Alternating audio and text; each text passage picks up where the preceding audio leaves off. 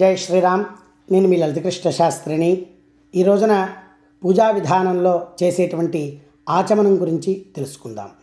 ఏ పూజ చేసినా మొట్టమొదటిగా మనం ఆచమనంతో ప్రారంభం చేస్తాం.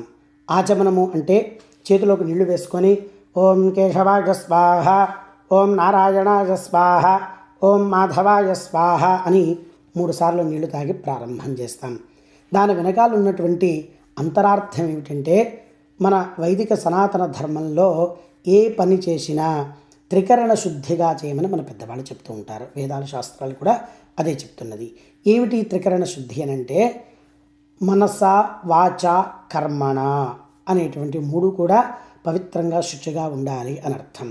మనస్సు ప్రపంచంలోనే ఇంటర్నెట్ కంటే వేగవంతమైనటువంటిది మనస్సు. ఇక్కడ పూజ చేస్తూ ఉంటాం, ఏదో ఆలోచన చేస్తూ ఉంటాం. అది మంచి కావచ్చు, చెడు కావచ్చు.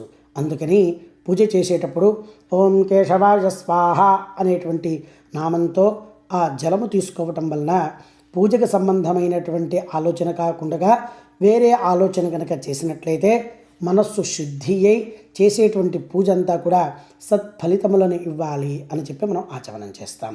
రెండవది ఓం నారాయణాయ స్వాహ అంటే వాక్శుద్ధి గురించి.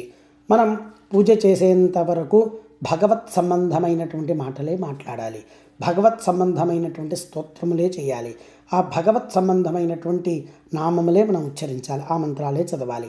అలా కాకుండా వేరే పదములు ఉచ్చరిస్తే వాక్శుద్ధి ఉండదు అక్కడ.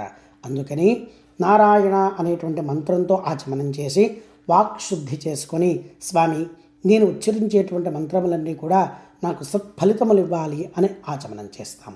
మూడవది ఓం మాధవాయ స్వాహ అంటాం. అంటే కర్మణ, చేసే పనులన్నీ కూడా శుద్ధిగా చేయాలట. అంటే పూజ దగ్గర కూర్చుంటాం, ఏదో ఫోన్ వస్తుంది మాట్లాడతాం. అలా కాకుండా చేసేటువంటి పనులన్నీ కూడా భగవత్ సంబంధమైన పనులే చేయాలట. అలా కాకుండా వేరే పనులు కనుక చేసినట్లయితే భగవంతుడి విషయంలో మనం అకృత్యం చేసిన వాళ్ళం అవుతాము. అవన్నీ కూడా శుద్ధి జరిగి నేను చేసేటువంటి పూజా కార్యక్రమం అంతా కూడా నాకు సత్ఫలితములను ఇవ్వాలి అని మనం మాధవాయ స్వాహ అనేటువంటి మంత్రంతో ఆచమనం చేస్తాం. అంటే ఓం కేశవాయ స్వాహ, ఓం నారాయణాయ స్వాహ, ఓం మాధవాయ స్వాహ అనేటువంటి మంత్రము వెనక ఉన్నటువంటి అంతరార్థం అందరూ తెలుసుకున్నారని చెప్పి నేను ఆశిస్తున్నాను.